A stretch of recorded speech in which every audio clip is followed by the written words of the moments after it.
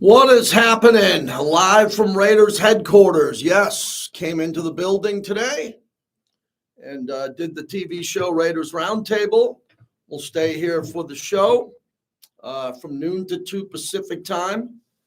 And then I'll go to Mad Dog at 7 p.m. Pacific, moving back a few hours, 7. So real busy day today. One of my last insane Mondays where it's post-game show, Sirius XM late Sunday, Monday morning here, 3 shows on Monday. That is wrapping up. And, man, I need that to wrap up.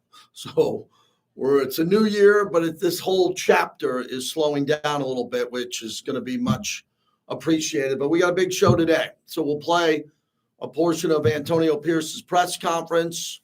Nothing really has been said. He spoke, and he hasn't heard anything. Mark Davis, the owner's of building today. The Giants are going to keep their GM and head coach. We already know the Jaguars fired Doug Peterson as the head coach. So it's Black Monday. It's a day that everybody talks about every year, no matter what. There's usually 5 to 6 job openings. There's 4 right now. There could be more.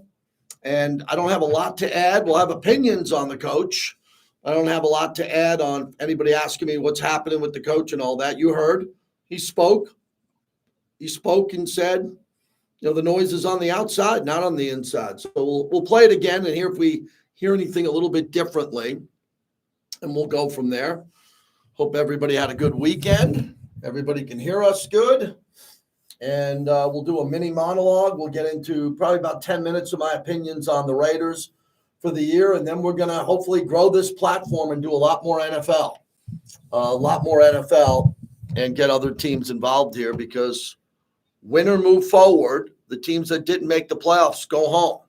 But there's a lot of talk today, obviously, for what's happening on Black Monday.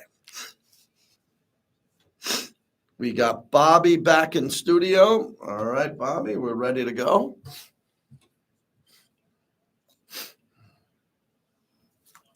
And let's get you guys some audio. Prove it to you. Modelo is an official cerveza of the Las Vegas Raiders and the JT the Brick Show. Modelo Especial is a rich, full-flavored Pilsner-style lager, delivering a crisp, refreshing taste, brewed with fighting spirit since 1925. This is JT for Grimaldi's, New York-style coal-fired brick oven pizza that you crave. 4 locations here in the Valley, Summerlin, in Boca Park, on the Strip, at the Palazzo, Southwest Las Vegas on South Rainbow Boulevard. Hydrate, man, hydrate. Southeastern Avenue.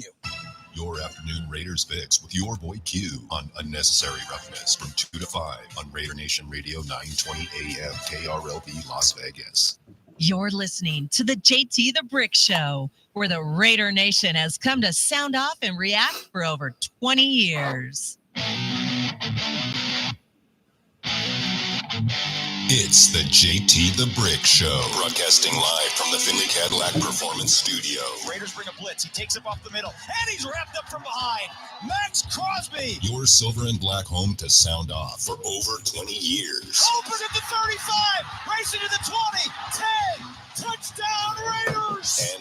And now, here's JT the Brick. Out of the gate, JT, as we open it up live inside Raiders headquarters in the podcast radio studios.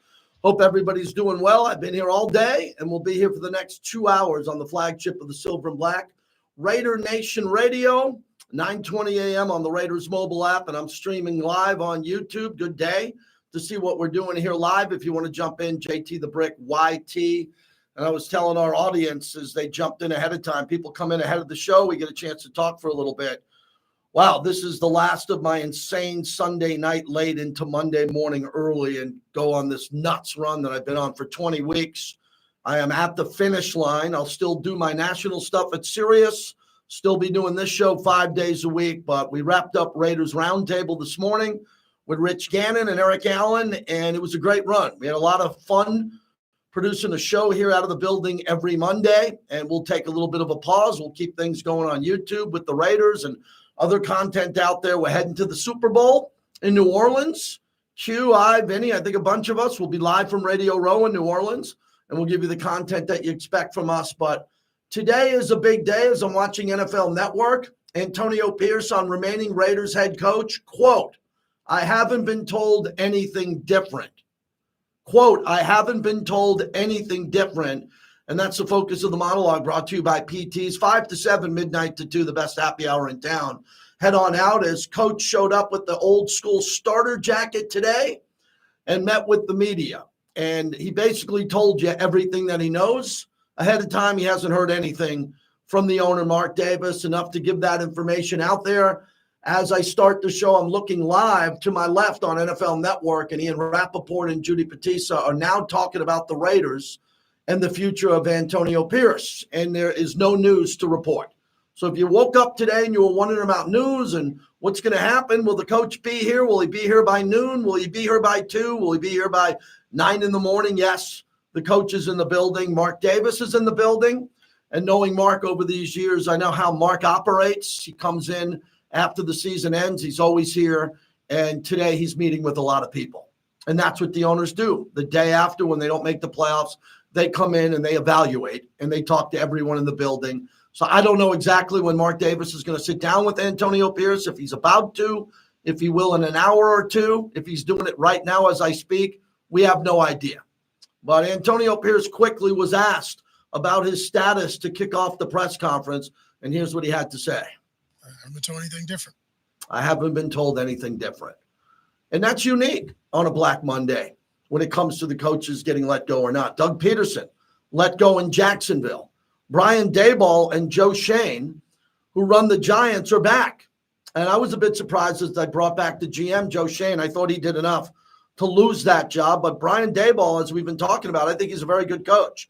He's a very good play caller. And I figured he'd be back, but they brought both of them back to see what they can do there.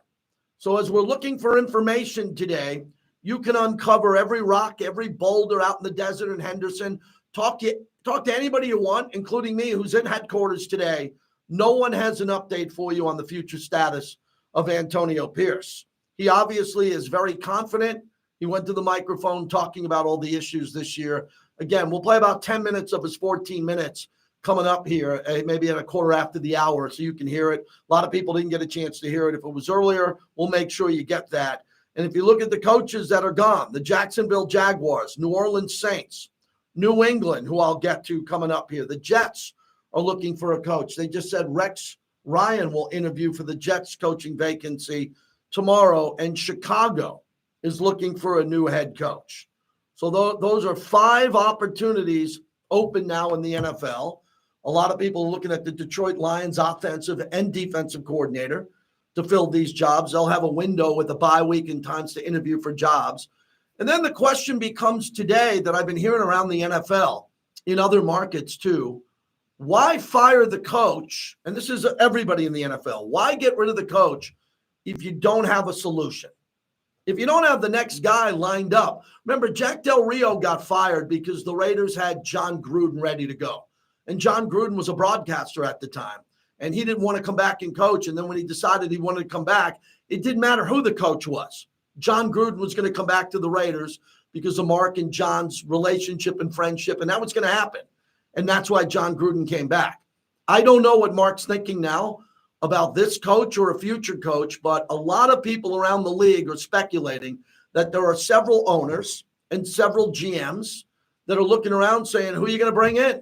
Hot names are Mike Vrabel, Pete Carroll, maybe coming out of retirement. Who are some of the other coaches? Nick Saban, more than qualified to be an NFL head coach again. Doesn't seem like he wants to do it. And the greatest of all of them, Bill Belichick, wasn't getting anybody to call him or knock on the door, so he decided to go to the University of North Carolina. So Ben Johnson seems to be the choice of Detroit. I think that's a great choice. But he's never coached a game. He's never coached a game. So he will fall into the category of every other offensive or defensive coordinator who has never coached a game in their life as a head coach, getting an opportunity, and we don't know if it's going to work or not.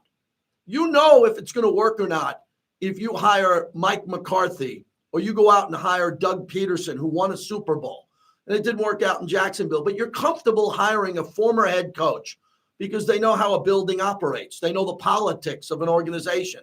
They know how to coach. They know how to call plays. They know how to get people motivated.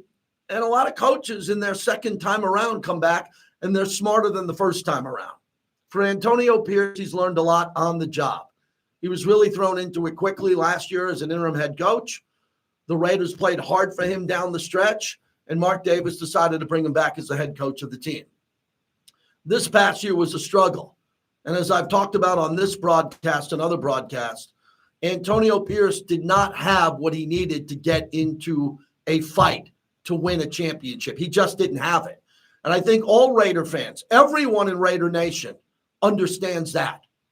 Not a quarterback who's the star in the league by any means. Okay, and all the players that got hurt. So he didn't really have an opportunity to come in and shock everybody and win a Super Bowl or maybe even go to the playoffs. A lot of this was stacked against Antonio Pierce. And we could all say that, but you can still evaluate him.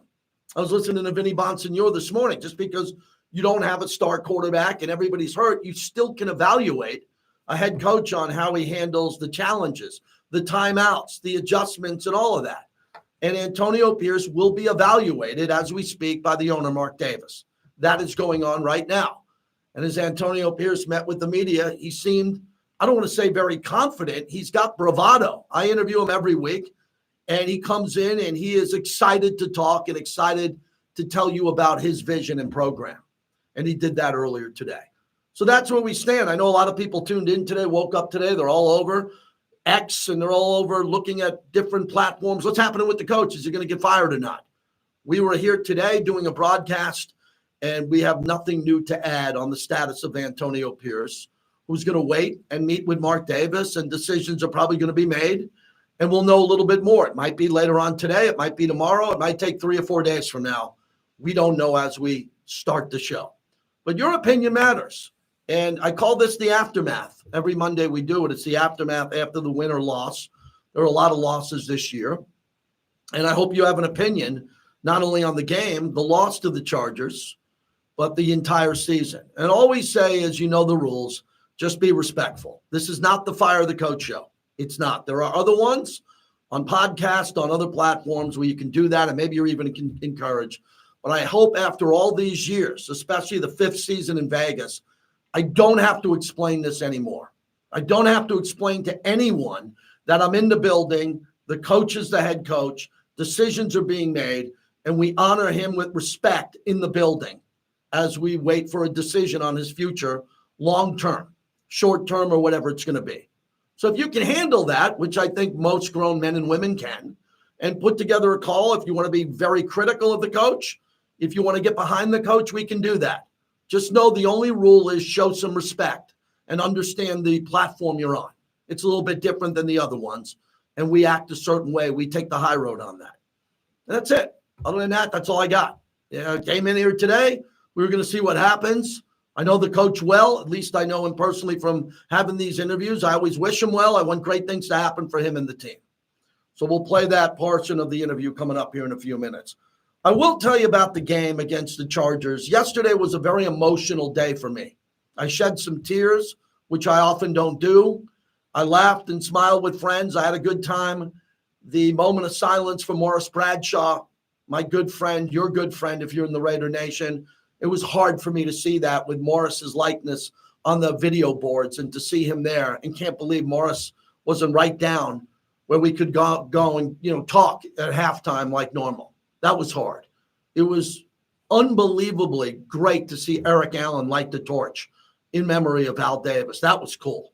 You know how much EA means to me, and I know how much he means to you. And his wife was there, family was there, and he lit the torch. So that was a high emotion for me of gratitude and greatness there. And then seeing alumni walking around, a lot of fans for the last time. My wife and I got there a little bit earlier, about a half hour earlier than usual. We were out in J lot. We were out in G lot. We were bouncing around doing some tailgating, which we like to do. And that was a lot of fun. And then as I pulled out of Allegiant Stadium, one of the last to leave, at least on the air, I drove out and I came out from underneath and I made the left and I got on the freeway to go home. And I have a lot to say about this season, the good, the bad, and the ugly. This was a really difficult season. A lot went wrong. A lot of things went wrong. And we're here to figure out why. And that's what analysis is all about. That's what being honest is all about. But again, we do it with a little bit more respect than others. So if you have an opinion, let us know. And look, this is an interesting time in the NFL. Really interesting on the coaching opportunities that are going to be available, the playoffs. I stayed up and it was on the air last night for the Vikings. They got routed in Detroit. I mean, the Vikings look like they might not win a playoff game after the way they played last night. Detroit looks great. Tampa Bay is in. Tampa Bay won their division. The Rams won their division. The Packers are 11-6, and they're the 7th seed. And Washington's 12-5, and they're the 6th seed in the NFC. And in the AFC, Kansas City absolutely rolled over against Denver. I did not see that coming. I know that they have some good backup players. I knew they were playing their rookies and they were going to play their reserves. I thought they were better than that. They didn't even put up a fight. If you're a Cincinnati Bengal fan, you got to be pretty upset that Kansas City didn't even put up a touch football fight against the Denver Broncos, and Denver's in. So as many of the people on this platform are NFL fans or Raider fans, all the teams other than the Raiders in the AFC West are in the playoffs. And the Chargers are going to play Houston because the Chargers came into Allegiant Stadium yesterday with a lot to prove. Last time they played here, the Raiders put 63 on their ass. They came out and won convincingly. They're going to the playoffs, and they should be commended for that. I'm not happy they're in the playoffs or Denver or Kansas City, but they're in, and we are not in Raider Nation. So a lot's got to be fixed starting today. Whatever the decisions of Mark Davis, the evaluation of the head coach, all the coaches, the players, the list of free agency that I have here in front of me is enormous. And I'm talking about the Raider free agents that they got to decide who they're going to keep or not. That's going to take a lot of time to figure out for Tom Telesco. What do you want to pay these guys? What are they worth? Do you want to bring them back? Do you want to get a deal to bring them back? Or are these players, some of them going to say, I'm good not coming back. I'm going to go to another team because I'm a free agent. And then the Raiders are now going to pick 6th in the draft. Is everybody good with that? Or does anybody need their hand held that they're getting the 6th pick? Can everybody deal with the 6th pick? I know some of you wanted the 1. You're not getting the 1. It's kind of like Christmas. You come downstairs and you're hoping for a big box and there's a plasma TV or there's a bow on a car in the driveway. It ain't happening. You're getting the 6th pick overall. That is a great pick in regards to draft equity. It's not number 1 or 2. Doesn't look like the quarterbacks at 1 or 2 are great. Those are the insiders saying this. And there will be a great player, not a good player, an elite player available at number 6, period. The Raiders are going to draft at number 6, and they might move up. I doubt they'll move back, but they might move up. We got plenty of time to talk about that, and they will get a great player. Malik Neighbors of the Giants, the wide receiver out of LSU, went 6th last year. He's a great player. Raiders got Brock Bowers at 13 overall, 13. And the Raiders are picking 6 now. So at least we can tap the brakes on that one and not go nuts about we don't have the number 1 pick overall. I have the draft order in front of me, and we'll dive into all that. But today is the aftermath. I'll be here as long as you want to call me. If you don't want to call me, I'll interview other people and I'll move on. There are days on this show that I give to the fans and the callers. It's your show every day. I just run it at a fast pace. Your energy and commitment to wanting to have an opinion is important. I understand everybody can't call. I know people can't listen. They're at work at this time. That's why we have a podcast and people listen later, and we have streaming numbers. But if you want to get in here and give your opinion on what the Raiders should do next with the head coach and the coaching staff, and you can handle it with a level of respect, which I know you can, it's 702-365-9200. I'm on X at JT the Brick, and I'm on YouTube at JT the Brick YT, Instagram, JT the Brick LV. I mean, some guys jumped me and used my name and got there. So I got a couple of handles there if you want to get in. But I'm excited to talk today because there's not a little bit. It's a very bizarre situation I'm in today. I'm in the building. Something bad could have happened to the head coach and a lot of other coaches. Something great could happen to the head coach and a lot of the other coaches in regards to the future commitment that the team will make to them. I know the fans are upset about the season. I know there are some fans that are optimistic about the play of Brock Bowers and Trayvon Merrick and some of the other players out there. And I really believe that fans understand my big topic, which kind of started last night on the postgame show, is that the Raiders now have to be great from today on. Whatever decision they make from today, all right, this is January 6th, 2025. The decisions going forward have to be close to perfect. And nothing's perfect, but we got to be close. Okay, no more swinging and missing. No more bad first-round draft picks. Tom cleaned that up a little bit, which is good. No free agents and overpaying people. We got to nail this thing in Raider Nation. And I think everybody deserves that type of pressure on them. Everybody knows that's the pressure on the team. You cannot have a season like this and look the fans in the eye and say, we will not be great in the offseason. You have to be great. And I'm going to demand it. Look, we had the first ever draft pick was Henry Ruggs. Very unfortunate tragedy. We've had swing and misses. Alex Leatherwood, Damon Arnett, Cleveland Farrell, who's in the playoffs. There's been players here that are drafted, which you wish you had that pick back. If the Raiders could have 3 or 4 of their last 5, 6, 7 first-round picks in Vegas back, this would be a playoff team already. But the failure to evaluate the talent early in the draft caused so many holes with this organization on the football field to get those star players up and running through their rookie contract and then building depth behind them. As Antonio Pierce talked about earlier today, and we're going to get to that here, that you look at what they've done this year, they played a lot of young players out of necessity. They didn't play a lot of young players because they wanted to. They didn't play these guys because they said in Costa Mesa, man, we want everybody to here to play an ample amount of time. No, all the starters got hurt. They all got hurt. The defense was decimated by injuries. So a lot of young guns, a lot of young players got a chance to play, and they played okay. Didn't play great. You can't play great with this record. But we've seen some guys play at a higher level that will at least consider talking about their future coming back. But I believe most of the great players this upcoming season are not on the roster. They're not in the building. They're coming. They have to come. Like the cavalry, they have to come over the hill from Summerlin and downhill into the valley and straight into Henderson, and they need to be great. The next group of Raiders who are going to fill the void of this season have to be great, or at least give the indication that they are a different brand of football player coming from another team or an elite college or playing at a high level where they're going to come in here and hit the ground and turn this thing around quickly.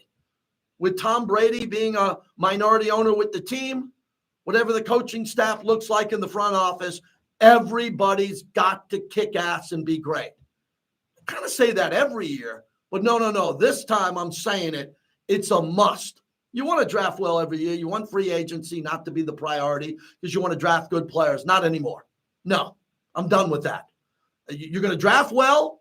You're going to be great in free agency, and you're going to develop the players that you're asking to come back. That's the job of everybody now, and don't mess it up. Be perfect. Be great. Do great things after what we saw this season. A lot of people think there's a lot of blame to go around. Yeah, you can look at it that way. You could be a blame, fire the coach, fire the GM, this, that.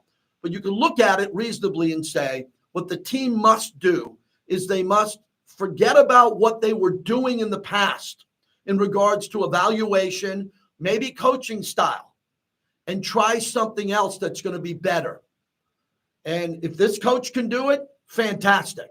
If it's going to have the staff's going to look different and there's going to be newer coaches in, whatever it takes.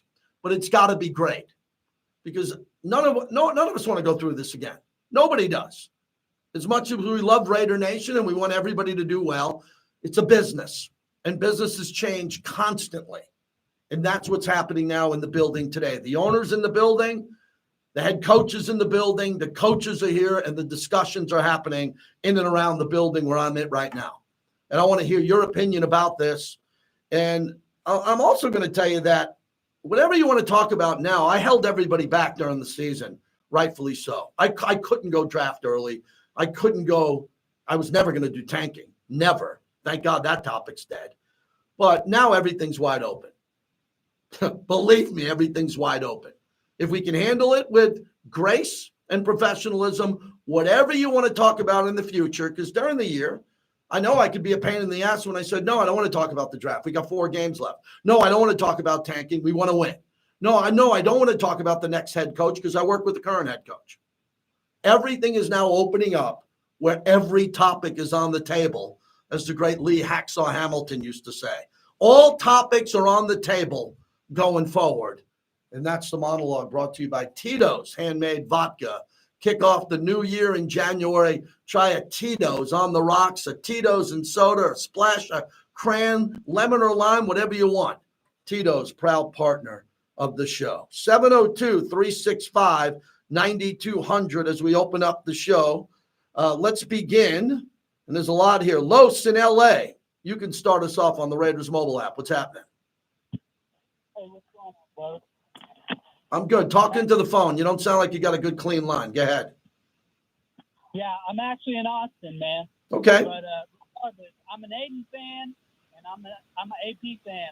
I would have liked to had an offensive-minded coach, but we have AP. He's pretty good. He did with what he had, and I don't think having a bunch of change is going to help us get back to consistency and having chemistry and building a repertoire that we can work with. These guys have, consistently come together in the trenches when things go bad, and then they want to change everything the next season. It's like, I'm a former Marine, so you build that camaraderie together whenever things are really bad.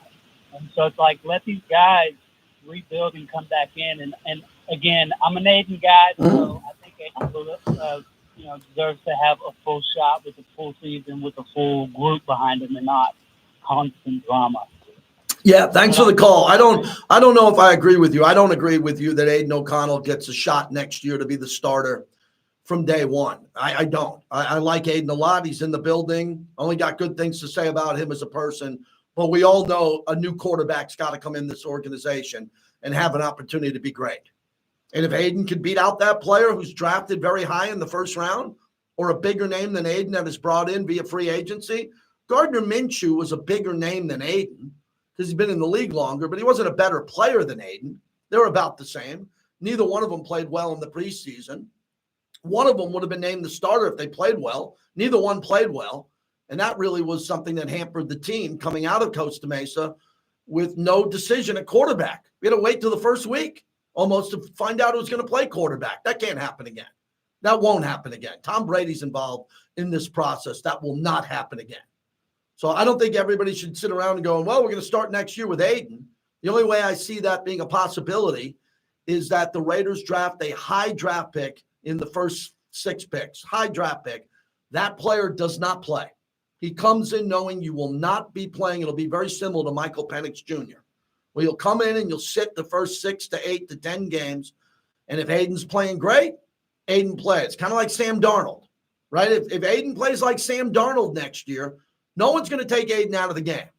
But it's unlikely he's going to have a year like Sam Darnold did this year.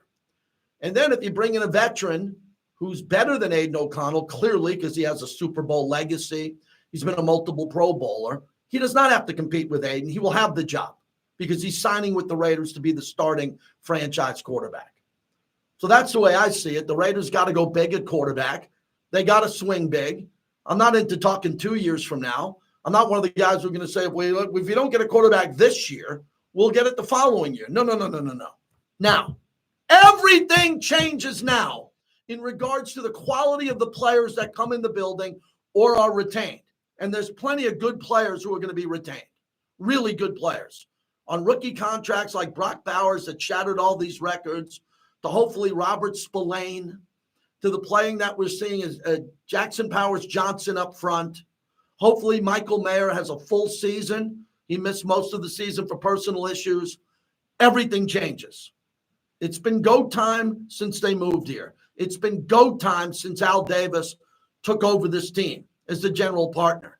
It's always been just win, baby, commitment to excellence. It didn't work this year. We all know it. Now we're going to all do big boy radio and move on and try to be great. And there's going to be some bumps along the way. There are people who are going to lose their jobs. There are players who are not going to be retained. There's probably going to be differences in the coaching staff, period. No matter what happens with the head coach, there's going to be changes in his staff. So with all that happening here, we're going to go for greatness, and we're going to come out hot, and the offseason starts now. Now. So again, I'm unleashing the gate. I'm taking the lock off the fence. Whenever you want to do it, there'll be days that are better than others. There'll be days when there'll be more news and more clarity. Today's not a big day of clarity. Today's, hey, everyone's in the building. They lost last night. They're back in the building this morning, Pacific time, and everybody's talking things out. 702-365-9200. I didn't even get to the head coach's press conference. I'll get to that on the other side. Also at 1240, Harry Ruiz will join us, the Latino voice of the Silver and Black. Me and Harry were hanging out late into the evening last night at Allegiant Stadium, wrapping up both of our shows. He'll jump in. And thanks to the 872 laborers led by Tommy White, building this city on time and on budget. Man, I connected with Tommy yesterday, and he told me all about what they have in store for this year. All the room remodels, all the roads, everything that 872 does. The best of the best anywhere in this country. Live from Raiders headquarters and live on YouTube. Wow, look at how many people are on the YouTube feed. I hope you weren't coming in today just to sample and hope for some drama. I don't have drama for you right now, but please come back. It's the morning tailgate. Raiders OC Scott Turner. Hey, 229 in here, man. Wow, where you been? Where y'all been? You only want to show up on Black Monday? You only want to fire people and do that? What's going on?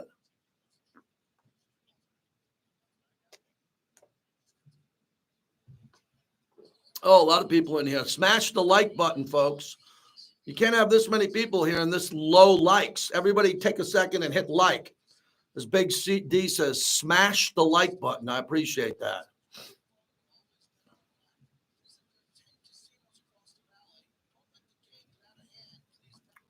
All right, the fluffer's in here. I will go get him, man. I get him every day. When I got something to tell you, I got something to tell you. I'm sorry there's no Raider breaking news today. You know, there's no breaking news today. The coach said it. He opened up his press conference. You know, he didn't hear anything. Inside the building. I'm inside the building. No one's heard anything. And the big boy NFL insiders don't know anything Raiders related. So it's kind of a tight ship around here. But the owner is in the building.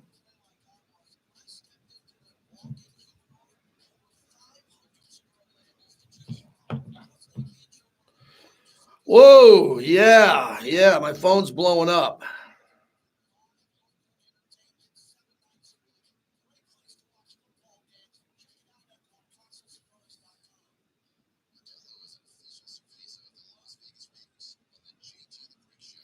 All right, Bobby's asking me what I want to do here. So we'll take a call or two, then play a little bit of Antonio Pierce's presser. You'll be able to hear that because it was already today, and then we'll go from there.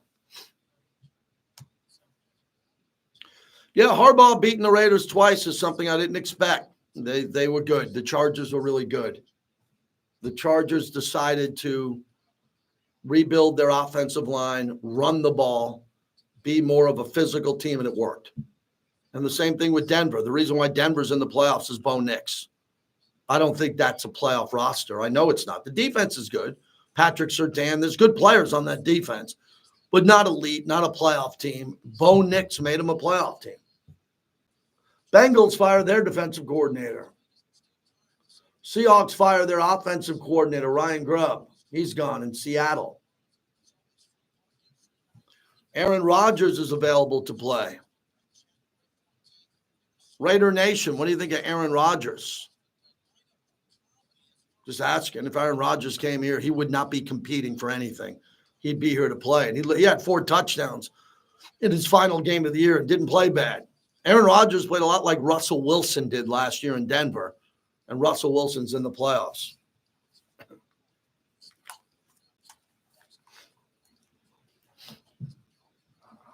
Pigs. Rodgers in a team-friendly deal. Well, the only thing you would ever do with Rodgers is it'd have to be team-friendly. He wanted $55, $60 million 2 years ago. You don't give him anywhere near that. And man, you know who fell from grace lights last night is Sam Darnold.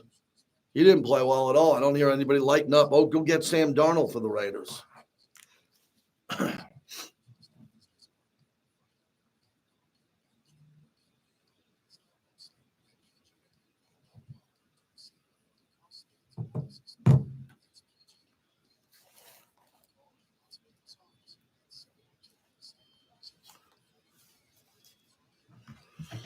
Yeah, I don't know who the veteran would be. There's going to be veterans out there that Raider Nation can't handle. You can't handle Aaron Rodgers. You can't handle Kirk Cousins, who's been very good. You all want it to be perfect. Shador, I don't want Shador. Maybe I do, but a lot of people are downgrading Shador and Cam Ward. It's going to be hard to get a quarterback. Jackson Dart. Man, I like him a lot. I do. And I like Jalen Milroe. The best happy hour in town, 5 to 7 p.m. and midnight to 2 a.m. 3 receivers wide left. Shotgun. O'Connell looks that way. He pumps. He throws. He's got an open man. Myers under it. Touchdown Raiders. He floated it to the goal line. And Jacoby ran under it. And the Raiders, less than 2 minutes into the second quarter, take a 9-3 lead on their division rival. That is Jason Horowitz. Good to see him for the last time during the regular season. Wish he had postseason games. Rich Gannon filled in for Lincoln Kennedy, who wasn't feeling well yesterday. I thought Rich did a great job. We had him today. Maybe we'll play that a little bit later on in the show. And today is the aftermath of the Raiders' loss to the Chargers and what's going to happen going forward. There hasn't been a coaching change made. So for those who expected the change to be made by this show, it has not happened. It might not happen. We'll play a little bit of Antonio Pierce and what he thinks going forward here momentarily. Adrian in Vegas on 920. Thanks for waiting. You're up next. Go ahead. JT, thanks for taking my call. Quick shout out to everyone there and your crew behind the scenes that helped put all this together. You're all appreciated. Thank you. I love the Raiders. I'm always overly optimistic heading into the season. So anytime you have a season like this, it hurts. But you look back on it and you realize that we have the 4th best roster in the AFC West, and it showed. From losing Kuntz to Epps to Wilkins and Crosby to the whole Adams fiasco, all you want is guys who are proud and want to be Raiders, put the hard hat on, get to work. So another quick shout out to Jacoby for not bitching and asking out and getting his first 1,000 yards as an undrafted pro. Yeah. I love AP. So I don't know if he's the guy, but Telesco, Tom Brady and Mark Davis's brain trust, they need to have a hell of an off season, put the season behind us. We found a generational tight end. Now the number one on the agenda is to get him a quarterback, put together a better football product from staff and players in the building, and let's see what 2025 brings. Yep, 2025. Thanks for the call, Adrian. Is a long way from now, a really long way from now. And I don't like that about this conversation. It's a long way away. And I like really good content. I like games. I like victories. I like evaluating victories and games. And we have no more of that to do. So it's all about speculation as we speak. We're speculating on the future of the Raiders and what they're going to do. And I'll do every show like that if you want to do it like that. But I choose not to.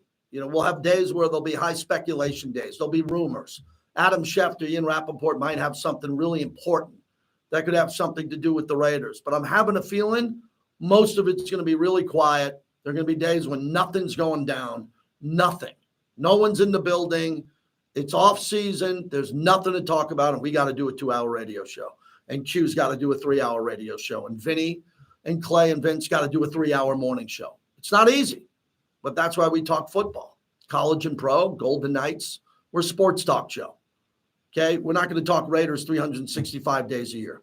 We'll mention them every day, and we'll have days that'll be all Raiders. But now we got the playoffs to look at, and we're waiting to see about the stability of the Raiders coaching staff going forward or not. That's what we're in the building for today. We didn't hear anything early in the morning. We're assuming Antonio Pierce is meeting with Mark Davis today. 702-365-9200. Here's the head coach from 10:45 this morning, a little over less than 2 hours ago, as he met the media at the end of the final regular season game the morning after.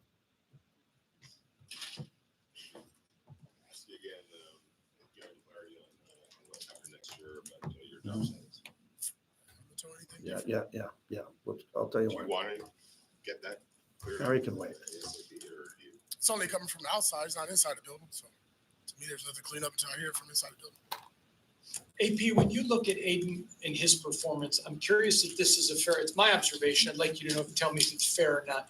You haven't seen enough, in my opinion, to determine whether he's a QB1 or not. But certainly deserves to be in the competition. Would you agree with that? And do you need to go forward and keep looking till you know you have the guy? Well, I think with Aiden, what you're seeing is somebody that's finally played 17 games, right? That was his 7th game as a starter. I think you got to look at just the whole platform of it. Not one time has he went in as a day one starter, right? He's been either thrown in the game or coaching change or bench quarterback. So what does that look like maybe when he has a whole offseason as the guy? So I think a lot of guys have to go into that evaluation. But I think what you see with Aiden, like we saw last night, some big-time throws, some throws we want to take back, not do. And, obviously he's still working on mobility. He got out the pocket again there. So there's work there for a young player that's going in year 3. Making changes on your football staff? No. That's the thing.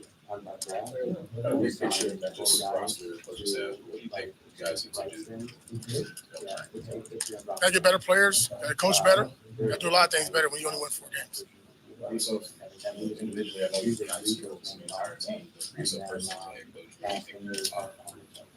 Everything that the head coach needs. Right. I'll have Levi ready. How important is it to re-sign Roberts? We're going to roll on that. Robert's huge. I think he's earned. We got every penny out of him when we signed him for 2 years ago. He's done an outstanding job.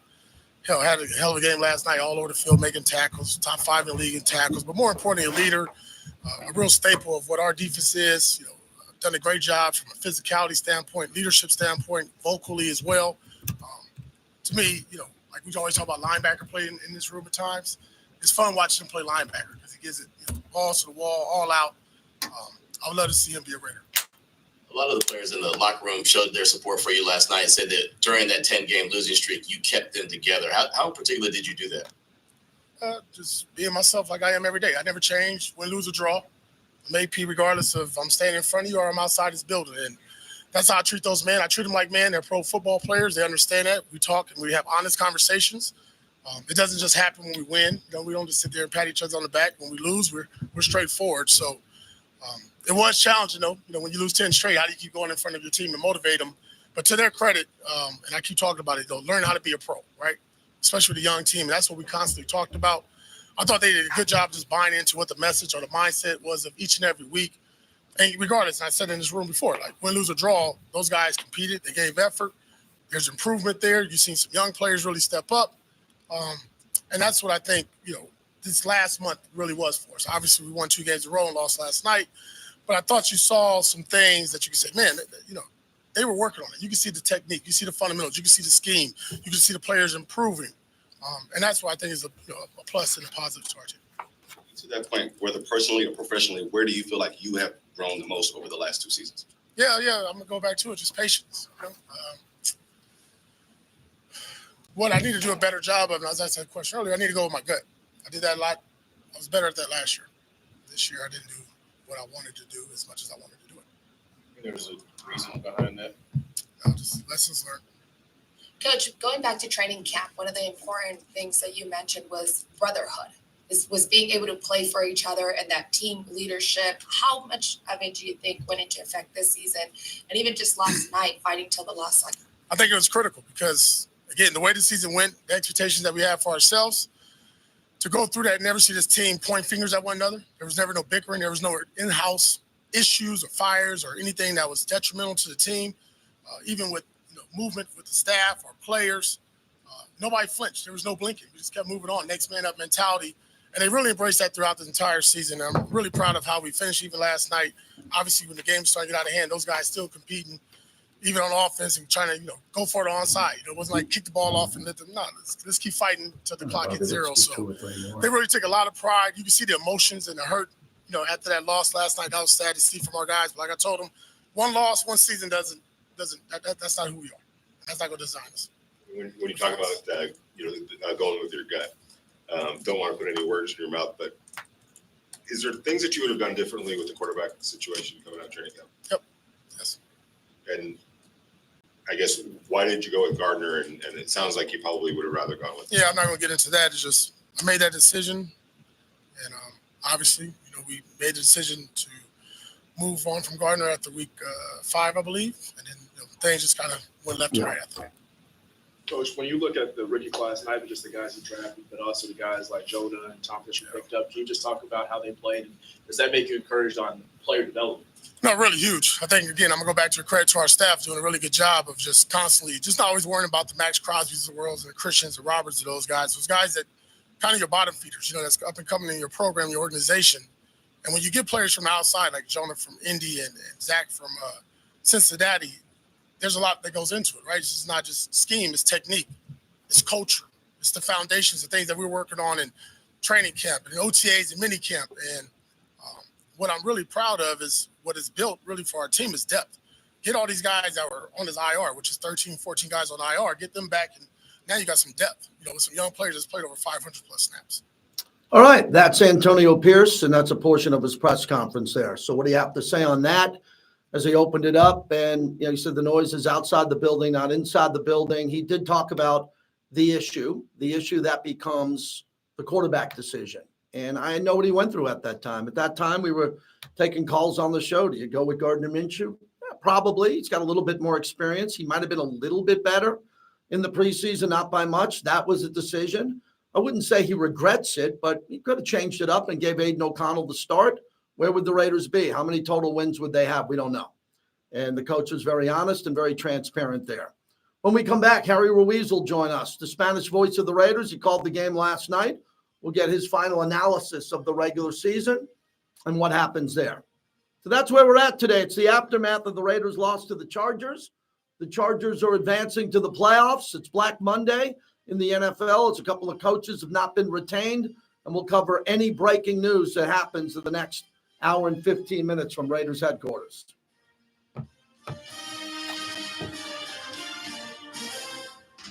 The president-elect has declared that he might use the United States Armed Forces for the purpose of mass deportations. If you are in immigration proceedings, you might be deported without legal representation, and thousands of families might be exposed to the possibility of forced separation. The time to act is now. This is serious. Protect yourself and your legal rights by getting the representation you deserve. Contact bestimmigrationlawyer.com, a division of Paul Patta Law, at 702-707-2000. Tequila Comisario was developed in the relentless pursuit of perfection with a deep passion for agave. It's the most... All right, everybody. We'll do Harry here. I'll probably stick here to the top of the hour or so. Appreciate everybody being in here today.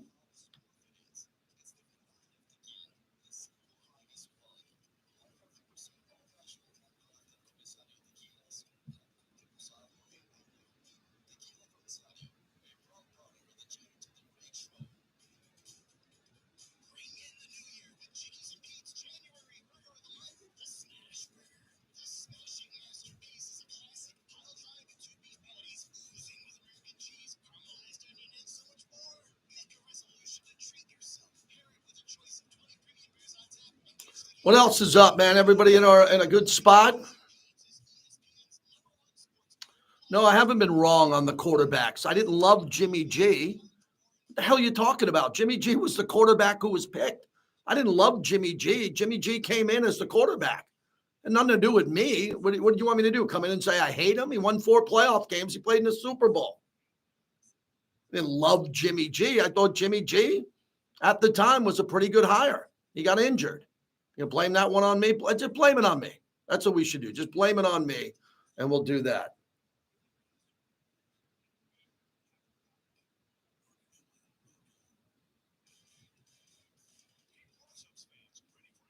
I love Jimmy G. I love Jimmy G. I like Jimmy G. I like Aiden O'Connell. I like Gardner Minshew. I don't love them. I love Jaden Daniels, right? I love Justin Herbert. I think is fantastic. I don't love him, but I think he's brilliant. I'll tell you who I love and who I like a lot. Just getting a couple texts coming in here.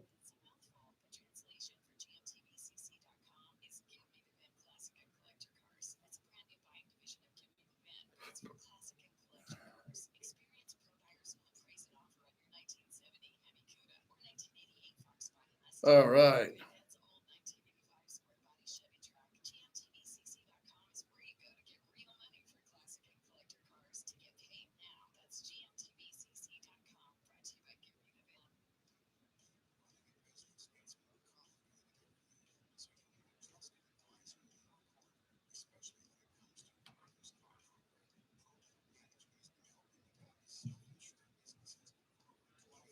Okay, thank you.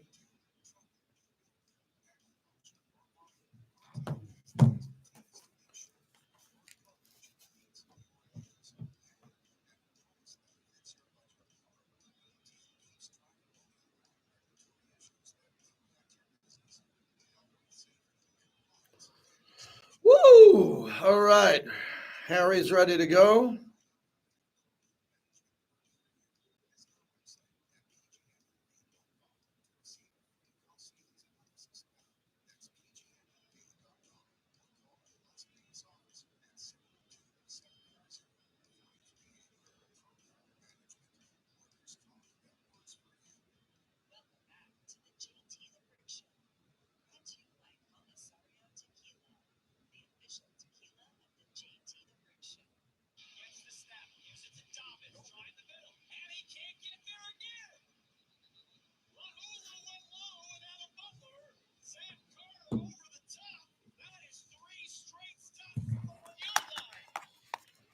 How about that? Jason Horowitz on the call on Raider Nation Radio and Compass Media Network and the flagship. And now we get my friend Harry Ruiz on the Spanish broadcast. And what a year Harry had here, even though the results didn't show up for the Raiders. Harry had his best year ever. How are you, my friend? Good to see you last night.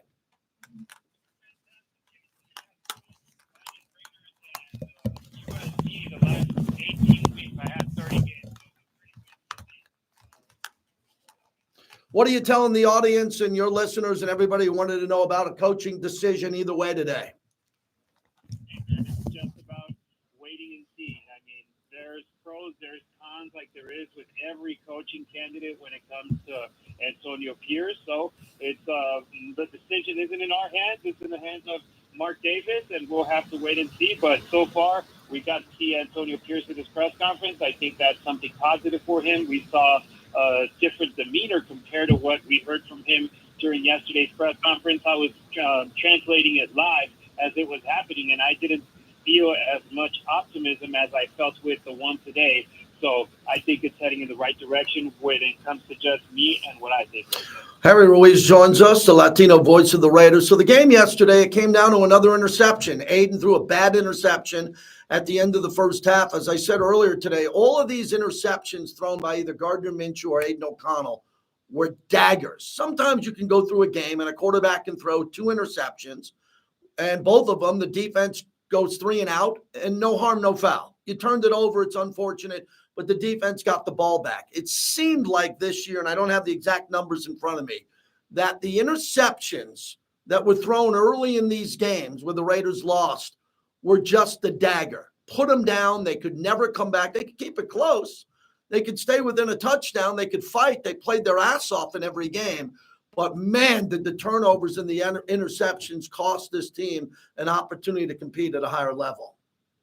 I mean, you can point directly to that pick six by Patrick Tan, 101-yard interception return in Week 5 as the beginning of the downfall in that 10-game losing streak. If it hadn't been for that pick six, I don't think the Raiders would have lost that game in Denver. And I think it could have been a completely different season. There were a lot of close games where late fumbles or interceptions just put the Raiders out of contention in games. In this one, JT, I had seen the Raiders be too conservative in 2-minute offenses. I wanted them to be aggressive.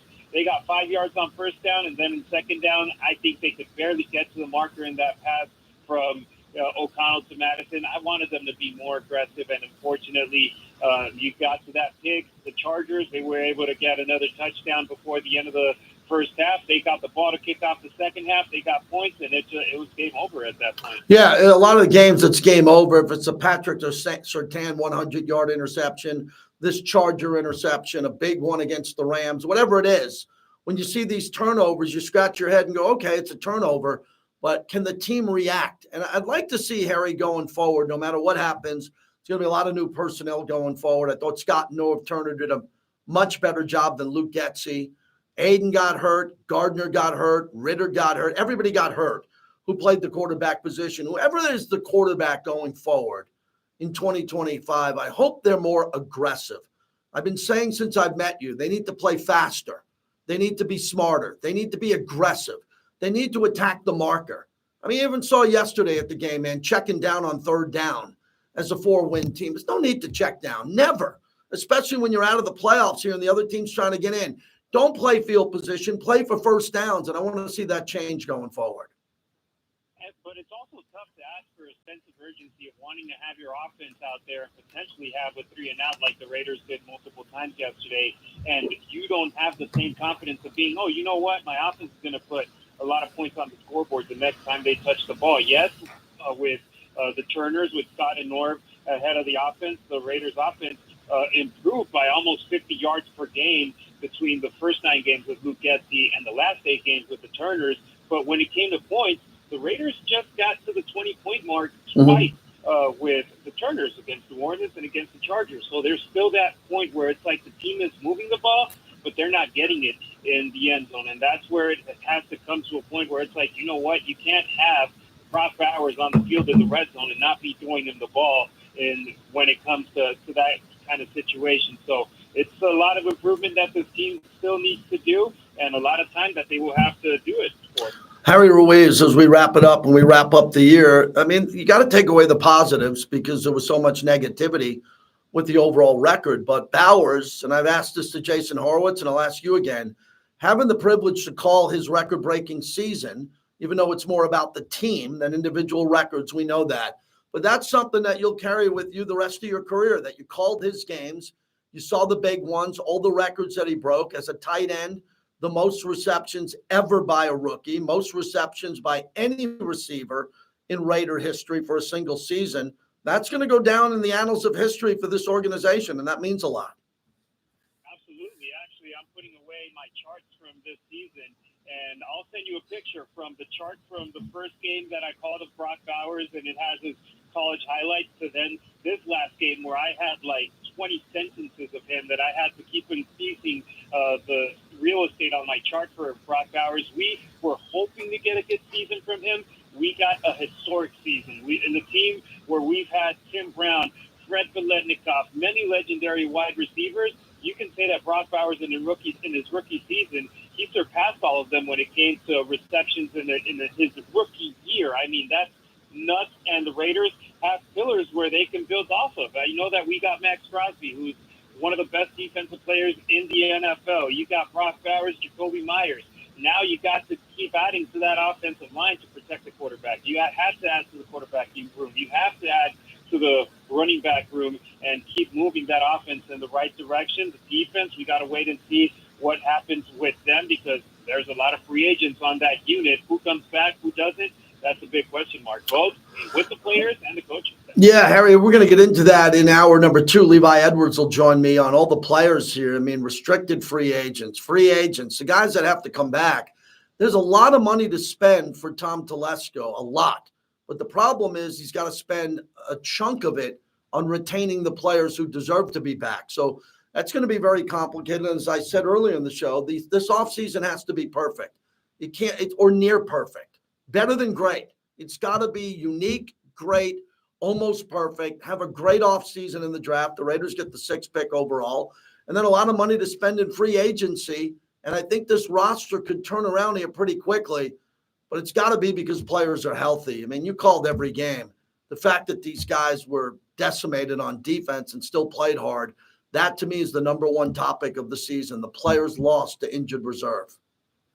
And JC, it's pretty much the same situation as the team on the field this year. There was no margin for error, and I feel that's the situation as well now going into the offseason. There is very little to no margin for error. You got to hit home runs with every pick. This is the highest draft pick for the Raiders since 2019, with Cleveland Farrell being number 4. This is the highest draft pick in the history of the Las Vegas Raiders. So they need to hit a home run, or if not, make something happen with that pick. If you want to get more assets and drop down or jump up and get the guy that you want, this has to be a home run pick for the Silver and Black in its future. All right, Harry, what was your biggest takeaway of the year on a positive note here? We know the record, but you look back at every game you called, every time you walked in the building, all the friends you made. What are you going to remember as the best part of the season?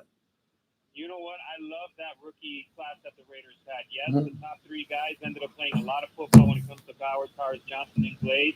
But then you look at the other guys that weren't used as much. I think that Decam Richardson, he has a promising future. He had a tough time towards the end of the year, but look at Corey Bennett last year. When he played, he struggled, and then in 2024, he looked way better. I think that can be the same case with Decam. You look at Tommy Eichenberg. He was a stud linebacker in the Big Ten, which is the best conference in football this year, in my opinion. And you can go back with fellas like Trey Taylor, who I think that can come in and collaborate soon for the Silver and Black. And then Jonah Laulu, man, he became one of my favorite players in the second half of the season. They got a lot of good rookies in that building that can be an important part of the future. So that's going to be my favorite part of the year, the rookies in 2024, which I hope that most of them become studs in 2025, joining Brock Bowers. Thank you, Harry. Always appreciate you. We'll talk to you soon, and we'll have breaking news throughout the offseason. You're one of our first go-to guys.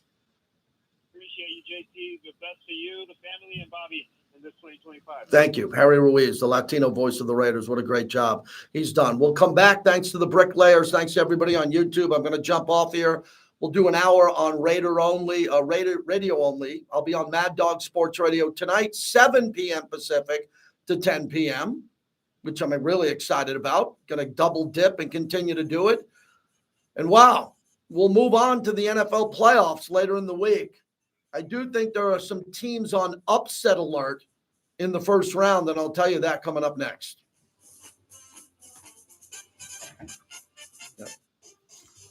All right, man. Thanks, everybody. Appreciate everybody. And if you want to catch me tonight on Sirius XM, 7 p.m. If not, I'll be back here tomorrow. And please spread the word. Share this live stream if you can. So when I go off here, if you can share it, really appreciate it. And keep everybody rocking on here. There's going to be a lot going on. Appreciate everybody who supports us. Thank you.